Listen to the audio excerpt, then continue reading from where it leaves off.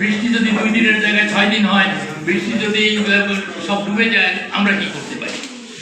কিন্তু প্রত্যেকটা প্রাকৃতিক দুর্যোগের পরে কিছু অভিজ্ঞতা আমাদের জন্য রেখে যায়, কিছু শিক্ষণীয় বিষয় রেখে যায়। সেই শিক্ষণীয় বিষয়গুলো থেকে আমরা কিছু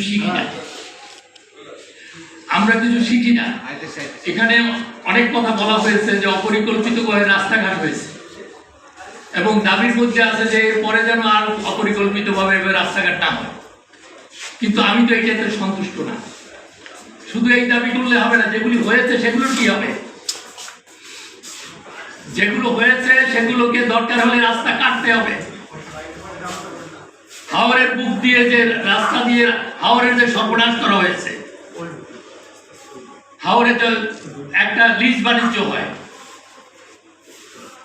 এই লিজ বাণিজ্য যে হাওরের প্রত্যেকে আপনারা আমার চেয়ে বেশি জানেন, হাওরের অঞ্চলের মানুষ সবাই জানেন, লক্ষ লক্ষ টাকার ব্যবসা হয়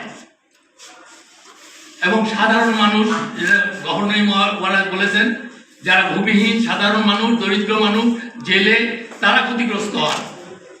তাদের জীবন ক্ষতিগ্রস্ত, তাদের কথা কেউ মনে রাখে না। এদের ব্যাপারে কি করা হচ্ছে সেটা আমরা জানতে চাই। অনেকগুলো অধিদপ্তর আছে, হাওর উন্নয়ন বোর্ড আছে এবং আমাদের সভাপতি সাহেব তার সূচনা বক্তব্য বলেছেন লক্ষ লক্ষ কোটি কোটি টাকা খরচ করা হয়, শত শত কোটি কোটি টাকা খরচ করা হয়।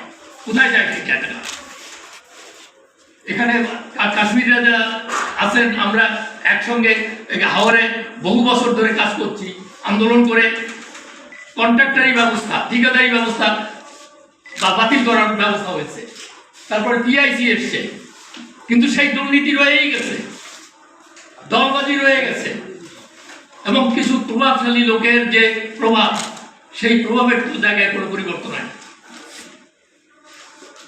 আমরা তো পরিবর্তনের জন্যই এই যে যাতে দুর্নীতি না থাকে, যাতে মানুষের মতামত নিয়ে সঠিক জায়গায় বাদ হয়, সঠিক সময়ে হয়, সে একটি সমস্যা আছে।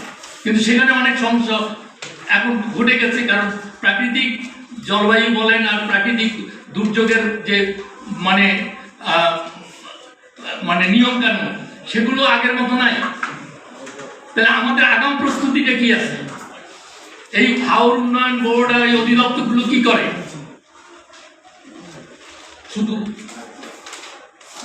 আদেশ নির্দেশ জারি করে। আমাদের আদেশ নির্দেশ জারি করার অধিদপ্তর আর উন্নয়ন বোর্ড আমাদের দরকার। বাংলাদেশ একটা স্বাধীন দেশ, এই উপনিবেশিক আমলের এই আদেশ নির্দেশের অধিদপ্তর আমরা দেখতে চাই না। আমরা জনসভার অধিদপ্তর দেখতে চাই। যখন ছিল, যখন আপনার আবহাওয়া অধিদপ্তর থেকে বলছে যে বৃষ্টিপাত হবে, আমরা কি কিছু প্রস্তুতি নিতে পারতাম না?